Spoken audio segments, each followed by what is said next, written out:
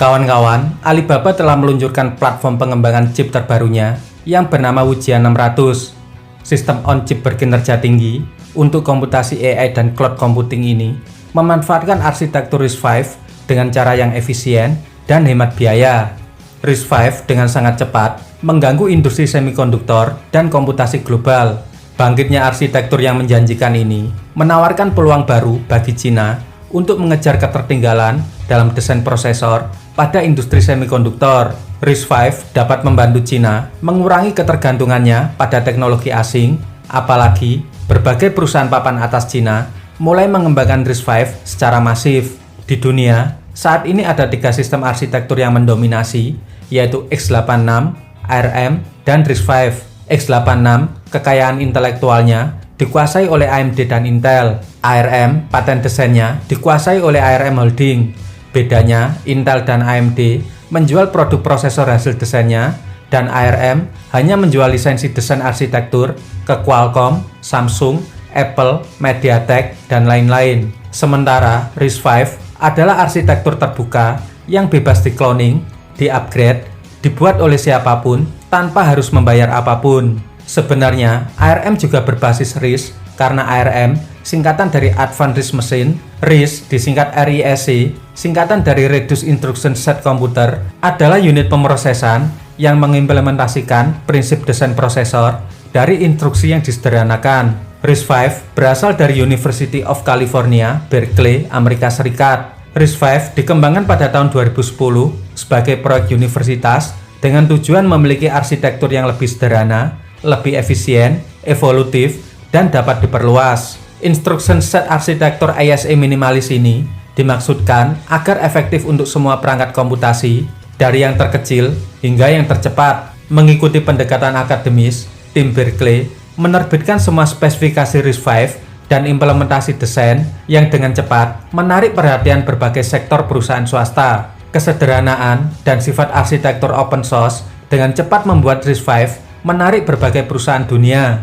Untuk mengatur komunitas, Yayasan Internasional RISC-V didirikan pada tahun 2015 untuk mengelola standar RISC-V dan mengerjakan ekstensi yang merupakan tambahan modular untuk ASA dasar. Yayasan ini mengatur komunitas 2.700 anggota di 70 negara dengan dukungan sponsor perusahaan raksasa seperti Google, Alibaba, Nvidia, Huawei, Western Digital, dan lebih dari 100 universitas dan lembaga penelitian. Komunitas besar ini telah memberikan kontribusi penting bagi pertumbuhan ekosistem RISC-V, mulai dari pengembangan produk hingga pengembangan RISC-V di semua domain aplikasi.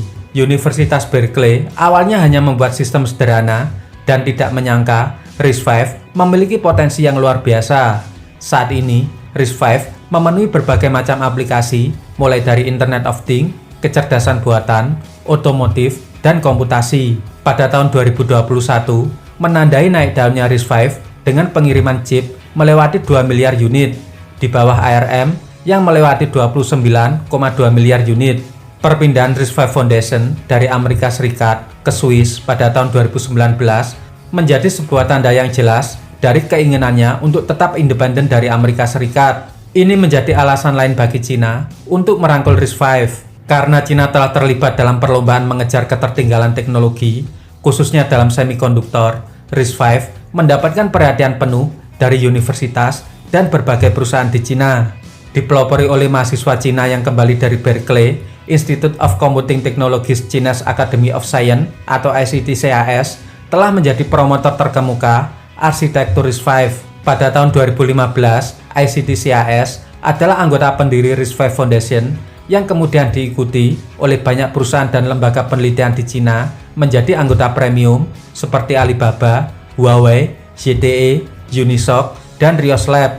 Pada tahun 2022, pemain Tiongkok memegang setengah dari kursi di Dewan Direksi RISC-V Internasional dan banyak kursi komite pengarah teknis. Posisi ini memberi China kekuatan pengambilan keputusan yang luas mengenai evolusi standar RISC-V dan perluasannya, serta program teknis dan peta jalan RISC-V yang paling sesuai dengan kebutuhan aplikasi mereka di masa depan.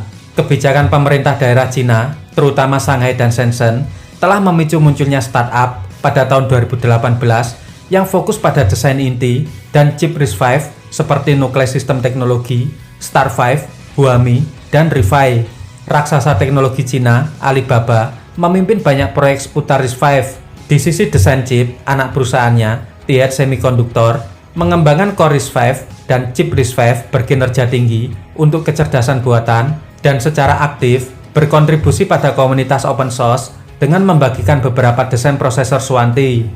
Alibaba Cloud juga sedang mengerjakan porting Android ke arsitektur RISC-V yang bekerja sama dengan Google. Kontribusi besar pada ekosistem RISC-V ini membuka jalan bagi dunia Android dan akan menempatkan RISC-V dalam persaingan langsung dengan ARM. Hasil perusahaan dan Universitas Cina tampaknya cukup meyakinkan, tapi harus dilihat meskipun arsitektur RISC-V terbuka dan gratis, dan jika desain tertentu dibagikan dalam sumber terbuka, merancang inti dan chip semacam itu pada teknologi 40 nanometer hingga 14 nanometer akan tetap cukup rumit. Jika penyebaran RISC-V ke beberapa domain berkembang pesat, perusahaan Cina masih belum bisa melepaskan ARM untuk pengembangan chip mereka atau prosesor x86 untuk server mereka. Posisi dominan arsitektur ARM masih sangat kuat berkat keunggulan kinerja dan ekosistem perangkat lunak yang sudah matang. Namun, RISC-V bisa menjadi alternatif yang sangat prospek untuk masa depan, mirip dengan Android yang pada akhirnya bisa mendominasi pasar.